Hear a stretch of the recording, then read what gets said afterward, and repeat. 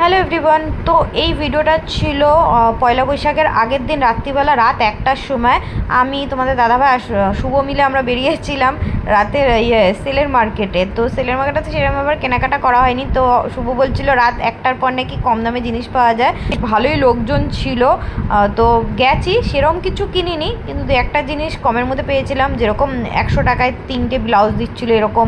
তারপর বাচ্চাদের জামা কাপড় 100 টাকায় 5টা গেঞ্জি, 50 টাকা নাইটি, এইসব পাওয়া যাচ্ছিলো। বাট আমি বহু বছর পর এত রাতে আসলাম আমি, মানে এই সেলের মার্কেটে।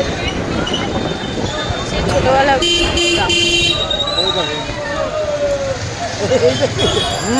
এটা কি হচ্ছে, সব ছেলেরা ভিড় তো।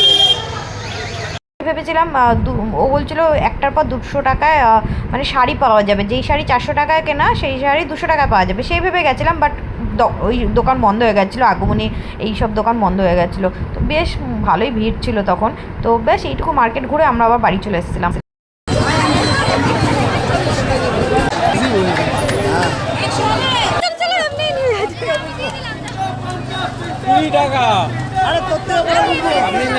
আরে 20 টাকা দিয়ে দাও না, 20 টাকা দাও, দিয়ে দাও।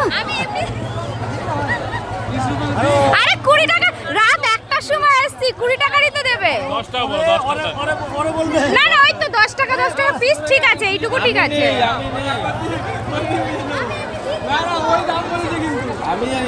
তুই এমনি নিয়ে নিচ্ছ?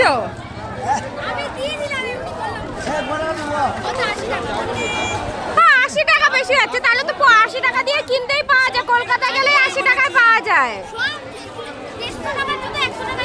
কলকাতাতে গেলে 80 টাকায় আমরা কিনি। তুমি খোলো, তুমি জুতো খোলো। তুমি না না, তাই তুমি জুতো খোলো, তুমি জুতো খোলো, জুতো খোলো। তোমার জুতো নিয়ে নিয়ে নেবে কেউ। চা পরে শখ মিটিং দেখি এখানে কি আছে।